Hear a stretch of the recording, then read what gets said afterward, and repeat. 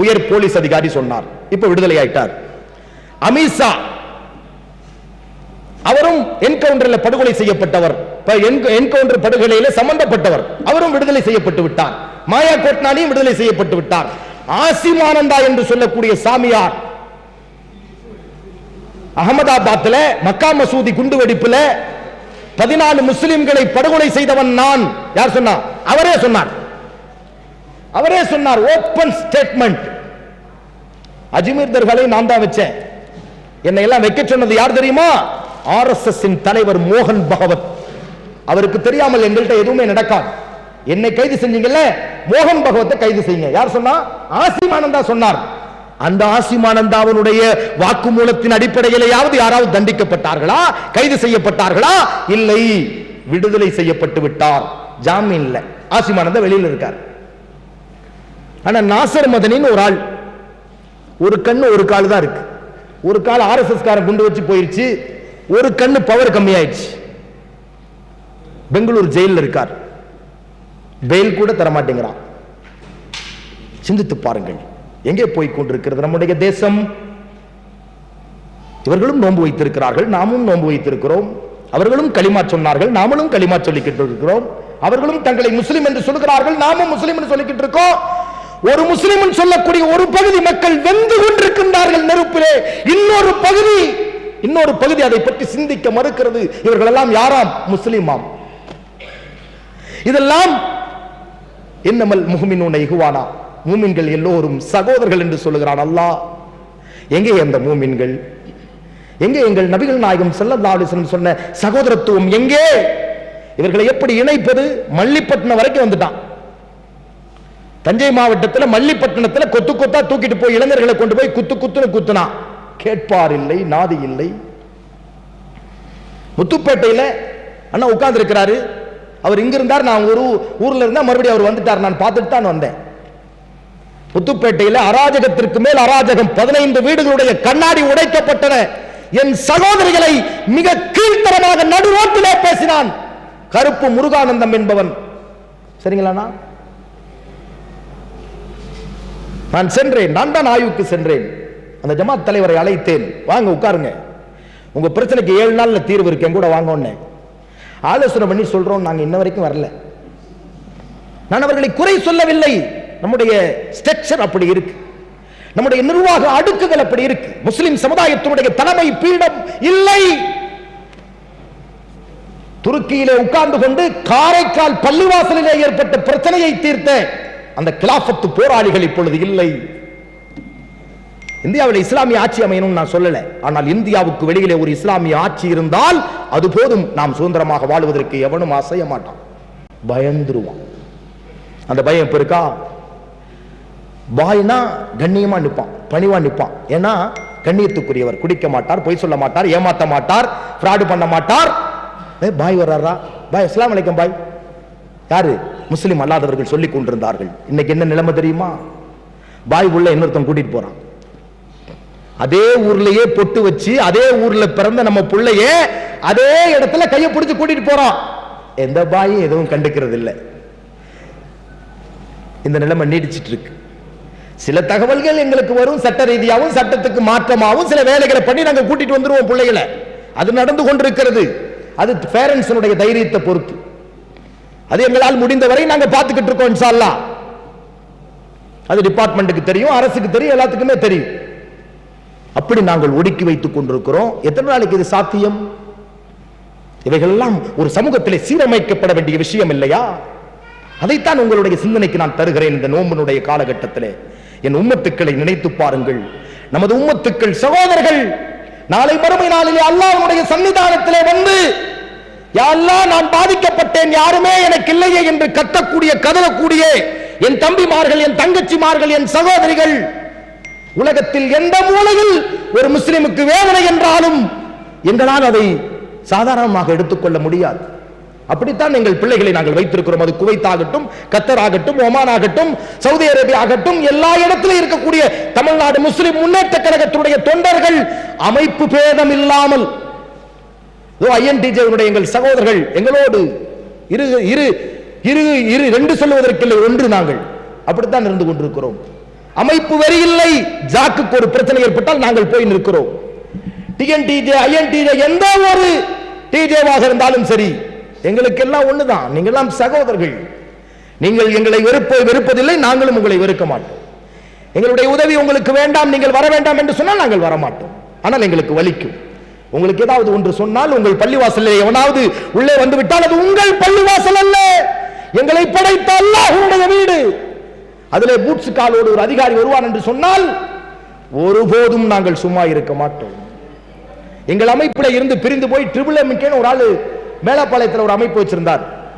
அவரை போலீஸ்காரங்க பிடிச்சி ஒரு ஆர்ப்பாட்டத்தில் செமாடி கொடுத்துட்டாங்க, அந்த அமைப்பினுடைய தலைவரை.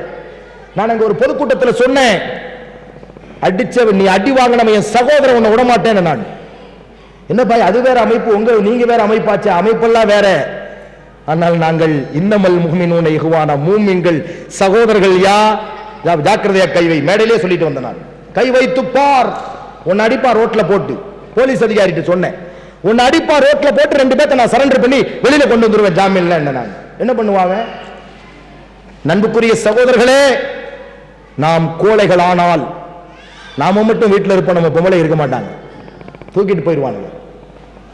முஸ்லிம்கள் மீது கை வைத்தால் அப்படி கை சாப்பாட்டுக்கு இப்படி கையை தூக்கும் போது கை வரைக்கணும் நம்மை நினைத்து.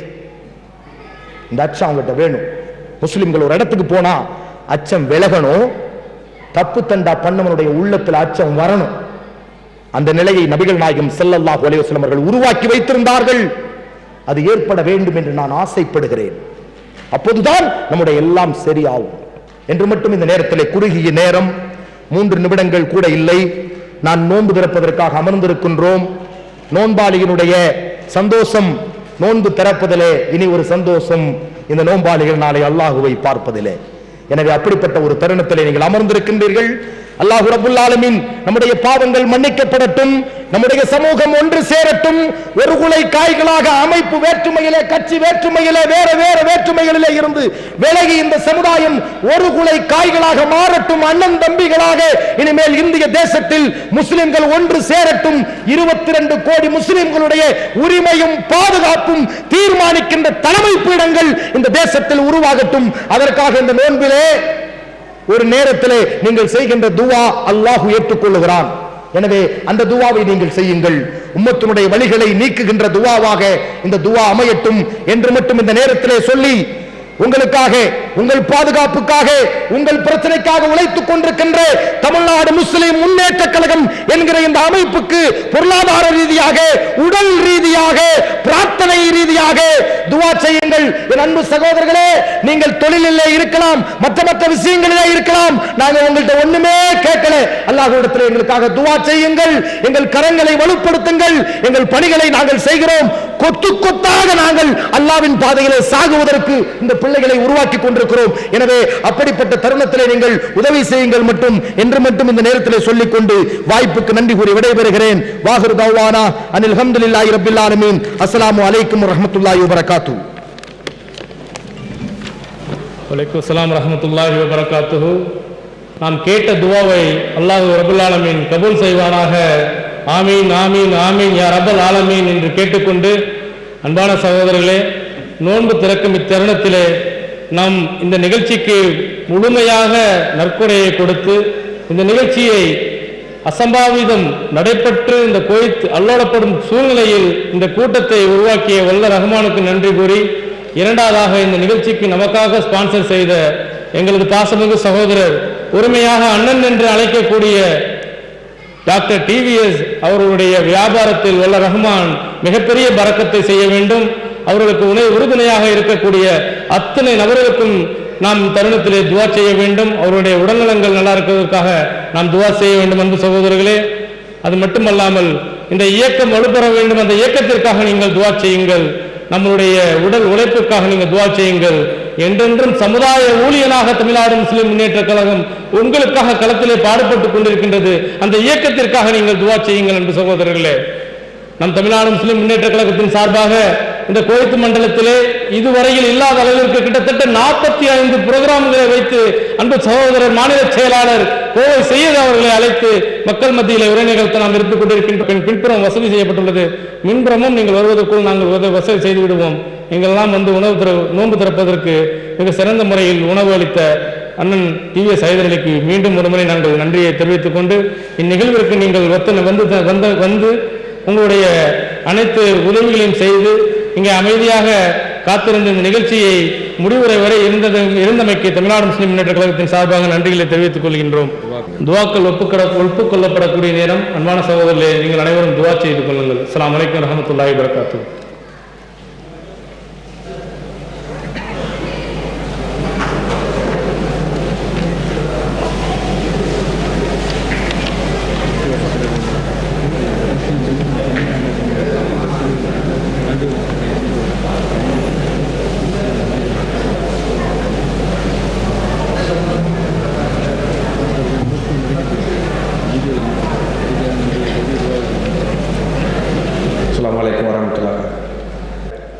குவைத் மண்டலத்தின் மனிதநேய மக்கள் கட்சியின் செயலாளர் பந்தல்குடி சம்சுதீன் அவர்களை அழைக்கிறேன். வரஹ்மத்துல்லாஹி வபரகாத்துஹு. கண்ணியத்திற்குரிய சகோதரர்களே, தமிழ்நாடு முஸ்லிம் முன்னேற்ற கழகம் குவைத் மண்டலத்தின் சார்பாக ஏற்பாடு செய்யப்பட்டு மிக சிறப்பாக அல்லாஹ்வுடைய பேரர்களால் நடந்து கொண்டிருக்கக்கூடிய இந்த இஃப்தார் நிகழ்விற்கு தலைமை பொறுப்பேற்று அமர்ந்திருக்கக்கூடிய சகோதரர் ஃபாரூக் மஹராஜ் அவர்களே, முன்னிலை வகிக்கும் மண்டல நிர்வாகிகளே மற்றும் அனைத்து கிளைக்கழக நிர்வாகிகளே, கிராத் ஓதி அமர்ந்திருக்கக்கூடிய இஸ்லாமிய பிரச்சார பேரவையினுடைய துணை செயலாளர் ஹஜ் முகமது சலாஹி அவர்களே, தொகுப்புரை சிறப்பாக வழங்கி கொண்டிருக்கக்கூடிய மண்டல செயலாளர் லால்குடி ஜபர்லா கான் அவர்களே, குரான் அண்டர்ஸ்டாண்டிங் வகுப்பை நடத்தி சிற்றுரை ஆற்றி சென்றிருக்கக்கூடிய மண்டல தலைமை ஆலோசகர் சகோதரர் சையது பாஷா அவர்களே, முன்னாள் மண்டல தலைவரும் இந்நாள் தஞ்சை தெற்கு மாவட்ட செயலாளருமாகிய பாசத்திற்குரிய சகோதரர் தஞ்சை பாதுஷா அவர்களே, இந்நிகழ்வில் கலந்து கொண்டு இந்நிகழ்வை சிறப்பிக்க வருகை தந்திருக்கக்கூடிய டிவிஎஸ் குழுமத்தின் நிறுவனர் தலைவர் சகோதரர் டாக்டர் ஹைதர் அலி அவர்களே,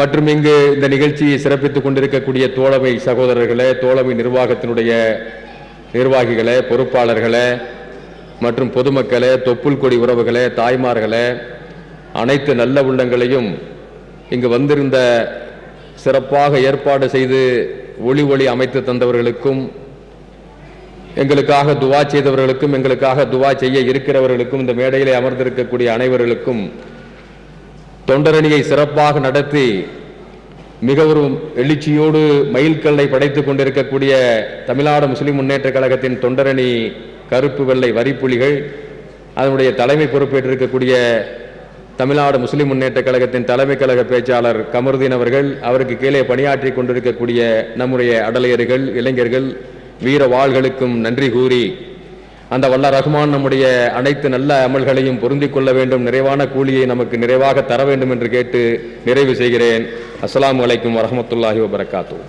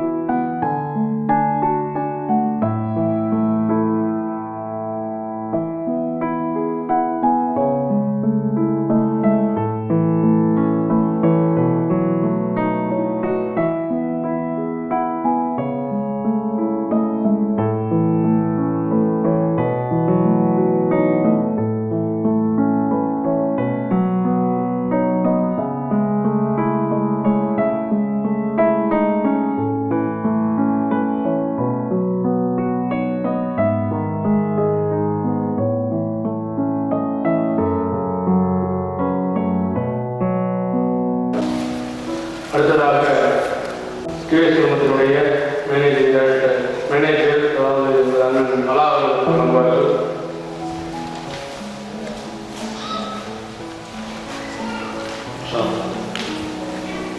பல நிர்வாகிகளை